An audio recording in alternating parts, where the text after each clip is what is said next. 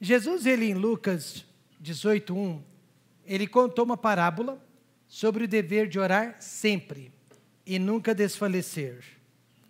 E aí, se você quer saber qual é a parábola, você pode ler o capítulo de Lucas, capítulo 18.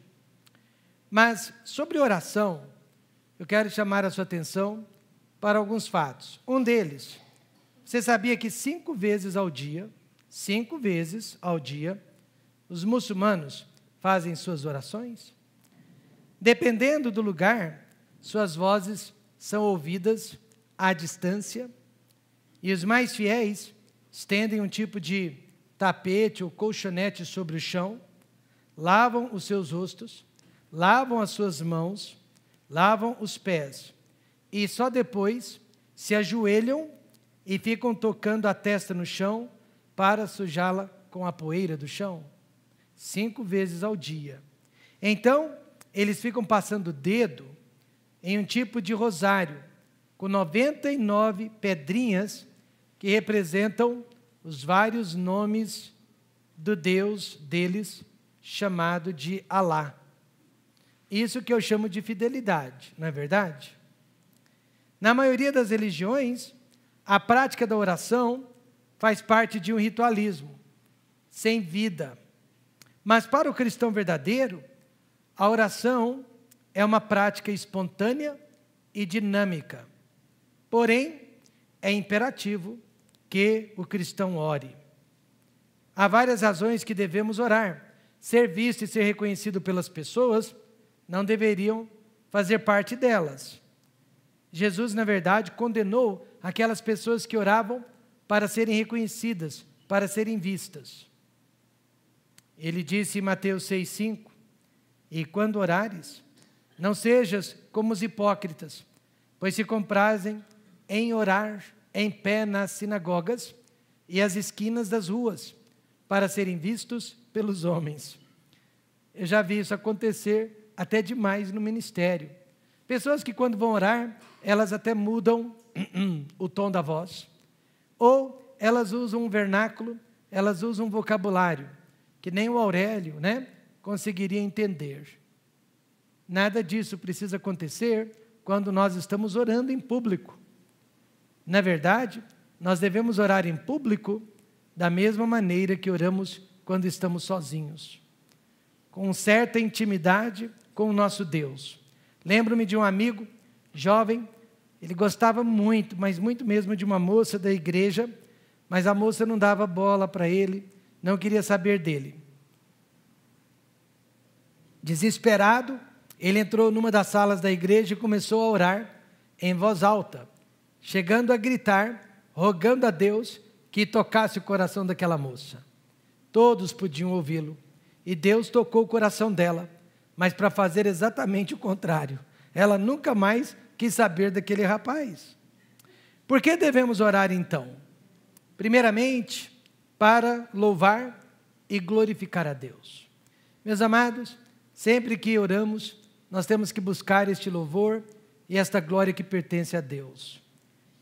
Para agradecer e regozijar sobre as bênçãos de Deus. Porque muitas vezes a gente pede, roga e nunca agradece pelo que Ele já fez e está fazendo. E nunca demonstramos alegria pelo que Ele fez e está fazendo. Para confessar e receber perdão de nossos pecados. Infelizmente, nós andamos por este mundo afora e nos sujamos com ele. Também para interceder por outras pessoas e, finalmente, para pedir ajuda para com os nossos próprios problemas. Esta seria, digamos assim, uma oração completa. Uma oração que glorifica a Deus, que louva a Deus, que agradece a Deus, que confessa pecados, que intercede por outras pessoas e pede ajuda para si mesmo, para si próprio. Por incrível que pareça, Deus deseja ouvir as nossas orações. A Bíblia está repleta de textos mostrando o interesse de Deus pelas nossas orações. Agora mesmo em Lucas 18:1, e contou-lhes, leiam comigo, e contou-lhes também uma parábola sobre o dever de orar sempre e nunca desfalecer. Próximo, orai sem cessar. Veja agora 1 Timóteo 2,8, leia comigo. Quero, pois, que os homens orem em todo lugar, levantando mãos santas, sem ira nem contenda. Ou seja,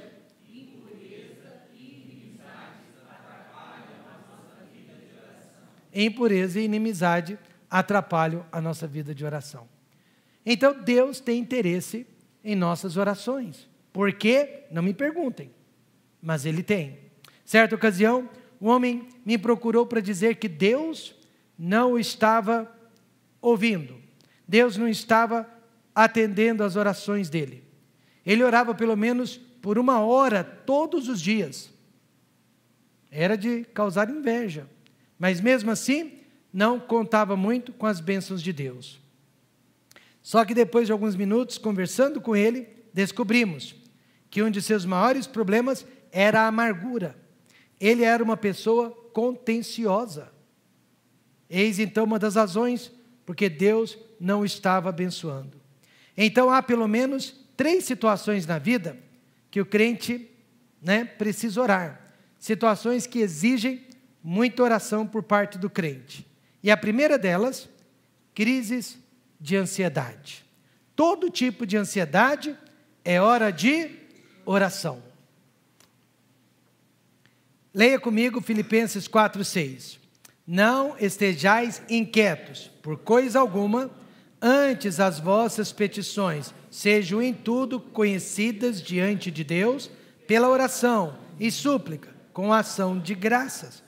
E a palavra inquietos, aqui no grego, significa ficar pensando sobre algo o tempo todo. Ficar obcecado com a mesma preocupação o tempo todo.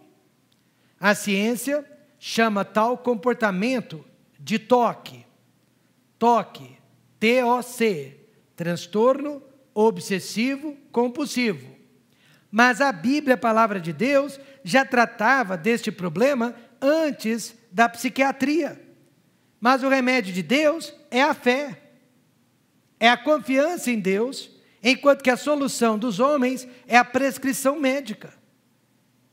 Não me leve a mal, todos nós, mais cedo ou mais tarde, vamos precisar de remédios, uma vez ou outra em nossas vidas, mas eles jamais deverão substituir a fé que temos em Deus.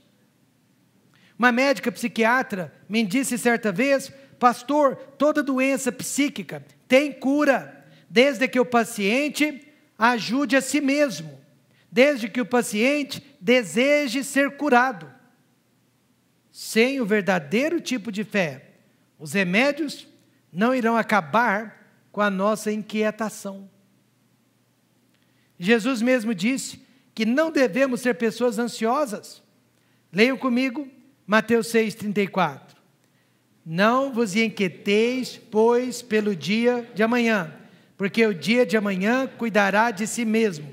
Basta cada dia o seu mal. E a palavra inquieteis, que Jesus usou em Mateus 6,34, é a mesma que Paulo usou em Filipenses 4,6, ou seja, ansiedade. Por que Jesus censura a ansiedade em nossas vidas?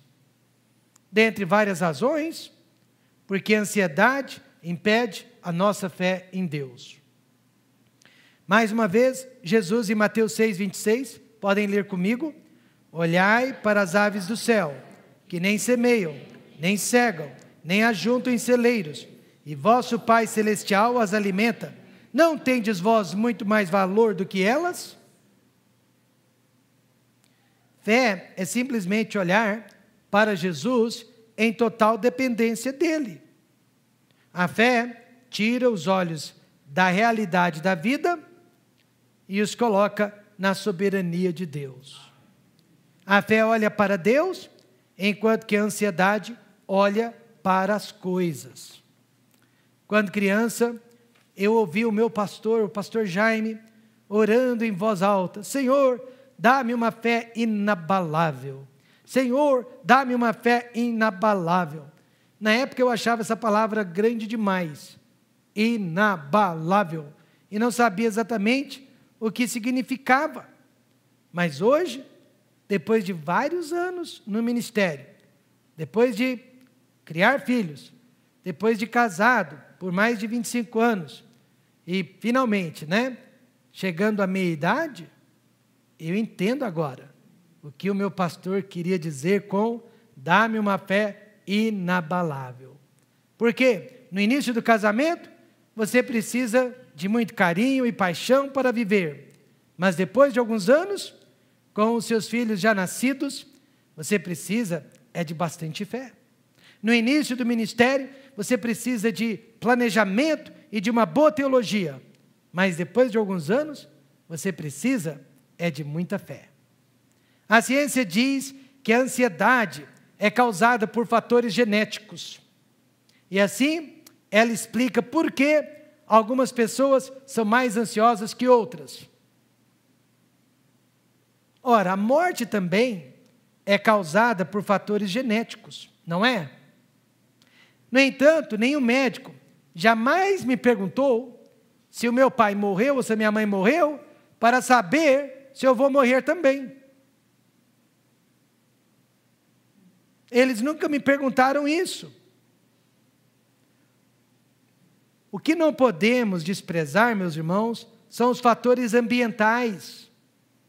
O momento histórico em que vivemos, a estrutura familiar de onde viemos, as influências do mundo na escola, no trabalho e até mesmo dentro da igreja, as nossas próprias decisões, tudo isso serve para desencadear um processo de ansiedade crônica nas pessoas. Em 2008, nós tivemos um surto de febre amarela ali na região de Goiânia. Então, as pessoas ficaram apavoradas e começaram a tomar a vacina a fim de impedir, o alastramento da febre amarela que matava. Mas um homem ansioso, preocupado e com muito medo, tomou a mesma vacina 3 vezes dentro de uma semana. Ele contraiu hepatite, cirrose hepática, e tanto quanto eu saiba, veio a falecer.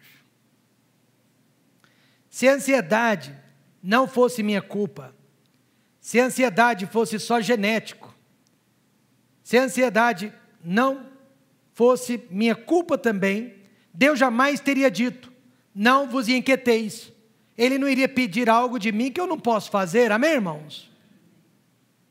Mas ele disse, não vos inquieteis por coisa alguma. E Deus não pede de nós o que não podemos dar. Então a verdade é que a ansiedade impede a nossa fé em Deus. Segundo, a ansiedade impede o poder de Deus em nossas vidas. Mateus 13:58, você pode ler comigo. E não fez ali muitas maravilhas por causa da incredulidade deles. Deus quer abençoar, mas como? Ansiedade não deixa, preocupações não deixam. Deus, ele queria abençoar a cidade de Nazaré, afinal de contas ele havia crescido lá. Ele queria ter sido uma fonte de bênção e de luz para aquele povo, mas não pôde fazer nada por eles, porque houve incredulidade por parte daquelas pessoas. Deus não vai me dar tudo o que eu quero, Deus não vai me dar tudo o que eu desejo, mas eu também não quero perder nada de bom da parte dele, por falta de fé. Amém, irmãos? E a ansiedade impede a minha fé. No tribunal de Cristo, vamos descobrir que poderíamos ter tido mais igrejas, poderíamos ter tido mais filhos, poderíamos ter ganhado mais almas, poderíamos ter aberto mais escolas cristãs, poderíamos ter feito o Instituto Bíblico, Ebenezer, e tantas outras coisas que poderíamos ter feito, mas que não fizemos por falta de fé. Ansiedade que impede fé, que impede o poder de Deus. E ansiedade impede a paz de Deus. Veja e leia comigo Isaías 26:3. O profeta disse, tu conservarás em paz aquele cuja mente está firme em ti, porque ele confia em ti. É algo que eu tenho que fazer todos os dias. Assim como o poder, a paz de Deus também é resultado de fé. Recentemente, uma irmã me disse que enquanto ela estava batalhando contra uma doença difícil, ela não perdia o sono por causa da doença. Aí eu perguntei para ela, mas como você consegue dormir bem, sabendo, que tem que lutar contra essa doença no dia seguinte? E ela disse, ficar acordada e pensando no assunto não iria me ajudar, então eu dormia.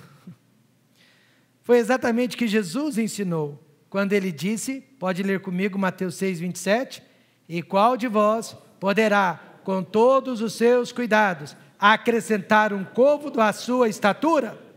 Em outras palavras, pode se preocupar o tanto que quiser, você não vai mudar nada com isso.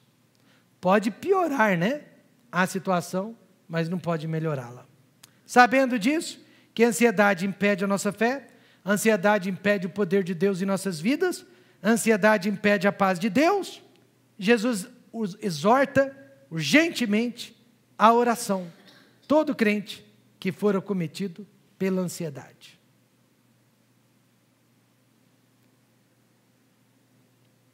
Uma outra razão que devemos orar, todo tipo de tentação é hora de oração. E aqui nós somos tentados a vários tipos de pecados, cada um na sua área de fraqueza. Todavia, nós todos somos tentados. Mas veja o que Jesus ensinou em Mateus 26, 41. Vamos ler juntos? Vigiai e orai para que não entreis em tentação. Na verdade, o espírito está pronto, mas a carne é a carne de qualquer um. A carne de qualquer um é fraca. Nós não somos tentados nas mesmas áreas, mas todos nós temos áreas de tentação. Existe uma trindade maligna que está atrás de cada um de nós: Satanás, o mundo e a nossa própria carne. Então, sobre o mundo, veja o que 1 João 2,15 nos fala. Vamos ler? Não ameis o mundo, nem o que no mundo há. Se alguém ama o mundo, o amor do Pai não está nele. E o que é o mundo? O sistema em que vivemos. Esse sistema que nos atrai com seu glamour, com seus prazeres, com suas diversões, com as suas amizades, com os seus locais de entretenimento, com gastos, despesas, compras e tantas outras coisas que nos atraem e nos tiram da igreja, nos tiram do caminho da graça, nos tiram da simplicidade que há em Cristo Jesus. O filho pródigo foi alguém que amou o mundo muito mais que a casa do pai. Ele saiu da casa, ele foi para o mundo, mas o que ele encontrou? Derrota, desencorajamento, distrações e principalmente descontentamento. Ele descobriu que não vale a pena. O mundo é como uma droga, vicia, e depois é muito difícil abandoná-lo, é muito difícil largá-lo. No entanto, o verdadeiro salvo nunca será feliz neste mundo. Segundo inimigo, o próprio diabo. Veja o que Pedro fala dele em 1 Pedro 5,8, vamos ler? Sede sóbrios, vigiai, porque o diabo, vosso adversário, anda em derredor, bramando como leão, buscando a quem possa tragar. Eu não sou paranoico, mas eu sei que eu estou sendo seguido, eu sei que eu estou sendo perseguido, eu sei que eu estou sendo vigiado 24 horas por dia. Este inimigo já fez muitas vítimas que eram muito mais fortes, muito mais preparadas e muito mais capacitadas do que eu. Ele fez Davi cair em adultério. Há alguém aqui mais forte que Davi? Há alguém aqui mais santo, mais dedicado, mais consagrado, mais homem segundo o coração de Deus do que Davi? Ele causou muitos males à vida e família de Jó. Há alguém aqui mais íntegro? Há alguém aqui mais temente a Deus? Alguém aqui que foge mais do mal do que Jó fugia? Ele fez com que Judas traísse Jesus? Ele fez com que Pedro negasse Jesus vergonhosamente? Aí eu pergunto, há alguém aqui mais forte do que essas pessoas? E a resposta é não. Então, pastor Rômulo, qual que é a nossa esperança? Oração, ora, irmão. Ora, porque nosso inimigo é poderoso. Um pastor me disse, pastor Rômulo, eu sinto que há pessoas que desejam o meu mal. Se eu caísse em adultério, elas ficariam felizes. Mas não são as pessoas, pastor. É o diabo por detrás das pessoas. E como vencê-lo? Leia comigo 1 Pedro 5,9. Ao qual resisti firmes na fé, sabendo que as mesmas aflições se cumprem entre os vossos irmãos no mundo. Então, seja o que você estiver passando, outros irmãos já passaram, estão passando, vão passar também. A pergunta não é se, mas quando, né? Nós todos vamos passar por esses momentos difíceis. O mundo e o diabo só podem ser vencidos através da oração. E agora o velho homem, a nossa própria carne. Vamos ler sobre ela? Olha o que Paulo disse. E não é fácil o que ele disse, mas o que ele disse é o que eu digo. Todos juntos. Porque não faço o bem que quero, mas o mal que não quero, esse faço. E agora? O inimigo de dentro, ele é o pior tipo de inimigo que existe. Porque ele ataca de dentro para fora. Ele é pior que o diabo, ele é pior que o mundo. A nossa própria carne. É ruim ser derrotado pelo diabo, pelo mundo, mas é mais vergonhoso ainda ser derrotado pela carne. Isso mostra que somos fracos. Revela a nossa verdadeira personalidade. Um ex-jogador de futebol profissional me disse, pastor Rômulo, sabe qual é o melhor lugar para testar o caráter de uma pessoa? É dentro do campo de futebol ou no trânsito. No campo de futebol e no trânsito, você fica conhecendo o verdadeiro caráter das pessoas. Não é interessante isso? Porque lá as pessoas se revelam, elas se abrem, elas demonstram o que realmente elas são de dentro para fora. Na verdade, o velho homem está conosco até mesmo na hora de dormir. Existe só uma solução: comunhão com Deus. Por isso você já percebeu que quando você resolve ler a Bíblia e quando você resolve orar, a sua carne fica angustiada? Quantos já perceberam isso? A sua carne fica angustiada. Desculpa o que eu vou dizer, mas é igual lombrigueiro. Se uma pessoa está com lombriga, e eu estou usando o palavreado popular, e ela toma o lombrigueiro, ela fica agoniada. A nossa carne fica desse jeito, porque a oração é um santo lombrigueiro. Amém, irmãos? E ela fica agoniada. Quando devemos orar? Todo tipo de ansiedade e todo tipo de tentação é hora para oração. E finalmente, toda crise mundial é hora de oração. Agora mesmo, né? Nós estamos passando por uma crise nacional. Longe de ser solucionada, mesmo com o impedimento oficializado hoje da ex-presidente. Mas é nessas horas que nós colocamos os joelhos no chão. Quando João, o apóstolo, viu o que iria acontecer com este mundo, ele só fez uma coisa: eu vou pedir pela volta de Cristo, porque não tem outra solução. Veja Apocalipse 22:20, todos nós juntos. Aquele que testifica estas coisas diz, certamente cedo vem. Amém. Ora vem, Senhor Jesus. E esta expressão, ora vem, Senhor Jesus, é uma única palavra no grego, Maranata. Maranata significa, Ora vem, Senhor Jesus. Há problemas hoje no mundo e no nosso país que estão acima de qualquer solução humana. Problemas insolúveis, que não dependem da vontade política e muito menos do avanço científico. Simplesmente não há jeito para eles. Atualmente há mais de 20 guerras em andamento no mundo. Só no Brasil morrem mais pessoas assassinadas todos os anos do que a guerra na Síria. Não é incrível isso? Mesmo contra a minha vontade, eu oro pelo nosso governo. Aqueles homens e mulheres que estão temporariamente no poder, temporariamente porque todos eles irão morrer um dia, precisam do Senhor Jesus Cristo. E Paulo diz que devemos orar por eles.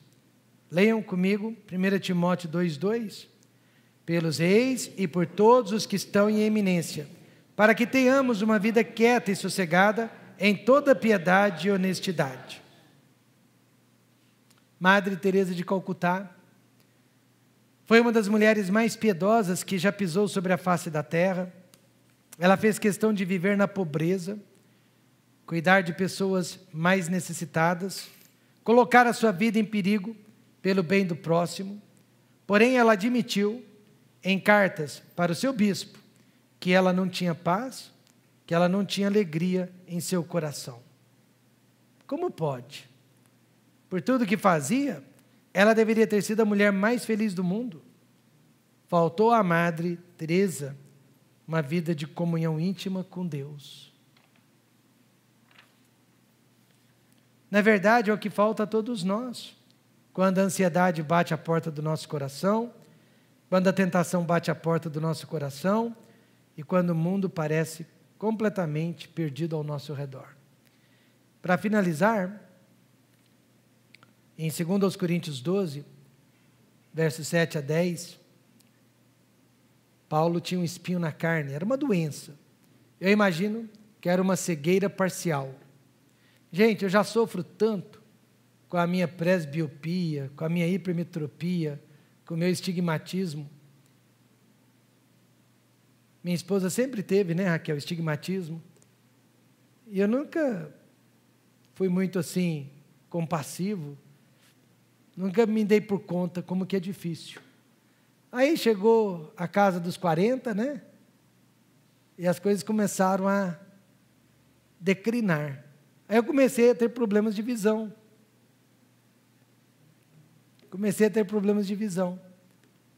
Mas tudo se corrige com óculos. E o Paulo? Paulo não tinha essa mesma tecnologia que nós temos hoje. Eu procuro, às vezes, como que seria o meu ministério sem óculos? eu enxergo todos vocês, às vezes um pouquinho embaçado, mas enxergo. Mas eu não consigo ler o meu esboço. Né? Dá para ler o painel, mas mesmo assim é desconfortável. Eu teria que parecer um japonês, eu ficaria assim o tempo todo. Agora imagine o apóstolo Paulo. E o que ele pediu para Deus, eu creio que foi razoável, não foi? Eu trabalho para o Senhor, eu viajo para o Senhor, eu estou pregando a sua palavra, estão aqui os pergaminhos que eu preciso ler. Tira esse espinho. Não era razoável? Mas o que Jesus respondeu para ele? A minha graça te basta. Então, primeiro, o espinho na carne foi permitido por Deus, por uma razão que seria uma bênção para Paulo. Deus ouviu a oração de Paulo. Quando Paulo estava completamente indefeso, Deus se tornava maior em sua vida. E a graça de Deus era suficiente para fazê-lo contente, apesar do espinho. Então, com tudo isso, a lição que eu aprendi nesta noite, vamos orar. Vamos orar. O que mais que nós podemos fazer? Os médicos disseram, não há cura. Vamos orar. O que mais podemos fazer? Não é? Vamos orar.